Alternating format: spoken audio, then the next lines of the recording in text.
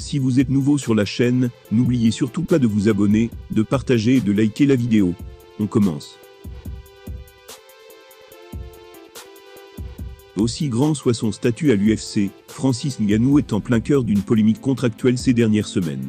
La faiblesse de ses salaires, alors même qu'il est le champion de la catégorie la plus en avant de la promotion, fait débat. Au-delà de ça, c'est aussi toute la gestion des combattants dans le championnat qui est pointée du doigt. Jake Paul est déjà monté au créneau à ce sujet, et le champion camerounais vient de lui répondre. Francis Ngannou est un immense champion du côté de l'UFC, en plus d'être une véritable attraction humaine. Son physique de dingue ne passe jamais inaperçu. Surtout quand l'un de ses meilleurs passe-temps consiste à se faire frapper dans les abdos par des inconnus. Le problème, c'est que son avenir dans le championnat américain est très incertain. Et ce, pour des raisons contractuelles. Il y a quelques semaines, juste avant de sortir son fameux clip parodique, Jake Paul avait d'ailleurs pété un câble contre Dana White, au sujet de la superstar camerounaise. L'influenceur balançait de nombreux reproches à la figure du patron de l'UFC. À commencer par son manque de respect envers le Predator, mais aussi les grosses lacunes de l'organisation, vis-à-vis des autres combattants. Des propos cash auxquels Ngannou lui-même n'a pas manqué de répondre.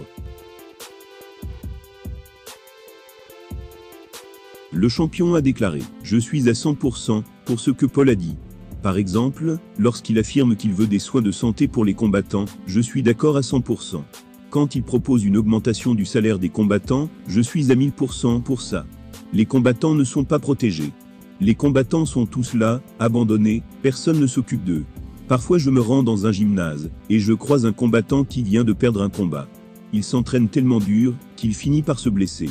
Il se blesse, et espère que ça va guérir comme ça, parce qu'il n'a pas les moyens de se soigner. Tout en sachant qu'il gagne sa vie avec ça. Pourtant, il a signé un contrat avec une grosse organisation. C'est dur de regarder ces choses-là, et de penser que c'est normal. Non, ce n'est pas normal. Ils mettent leur corps en danger dans ce système. Donnez-leur au moins des soins de santé.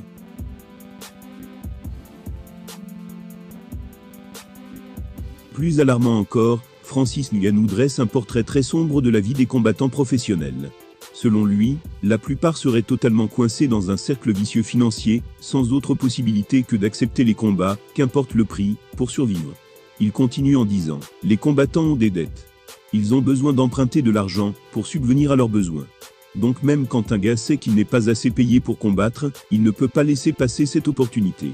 Il ne peut pas le faire parce qu'il a un couteau sous la gorge. Il en a besoin de cet argent. Comment va-t-il lutter contre le système? Il ne peut pas lutter contre ce qui lui arrive. Il va juste prendre cet argent, s'asseoir sur sa fierté, et continuer à le faire. Le pouvoir continuera donc de grossir du côté de l'organisation, tandis que celui du combattant continuera de diminuer. Il l'avoue sans sourciller, Francis Ngannou est totalement d'accord avec Jake Paul. De quoi accentuer la crédibilité du jeune influenceur, dans le monde des sports de combat, et notamment à l'UFC.